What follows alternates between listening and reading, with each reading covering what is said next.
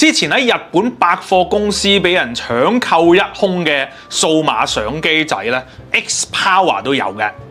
今日要介紹呢部 X-Power 出品嘅數碼相機仔啦，唔好睇佢機仔細細啊，有內置嘅閃光燈啦，同埋咧有 mon 睇住噶，你真係可以睇住個 mon 嚟取景噶。咁最緊要咧，仲有4個顏色啦，我中意佢啊！而家手上呢一個嘅卡其色比較復古少少嘅味道啦，咁啊仲有黑色啦、粉紅色啦，同埋白色嘅。重量方面咧，只不過係20 gram 啫，非常之輕啦，好似我咁頸鏈咁啊，攬喺條頸又得，或者咧佢另外咧送咗個好似鎖匙扣咁嘅嘢，你中意扣喺背囊啊，扣喺袋仔，隨時咧都可以攞出嚟影相嘅。影相方面咧，佢嘅像素咧有800萬像啦，咁啊。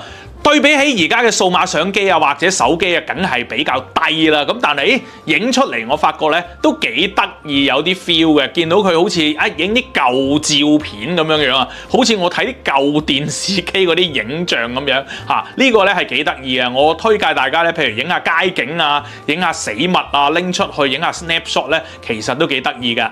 除咗外部有4隻顏色俾你揀啦，咁個相機內部咧，亦都有5種 filter 俾你揀嘅，有偏藍啊、偏紅啊、偏綠、偏黃同埋黑白嘅。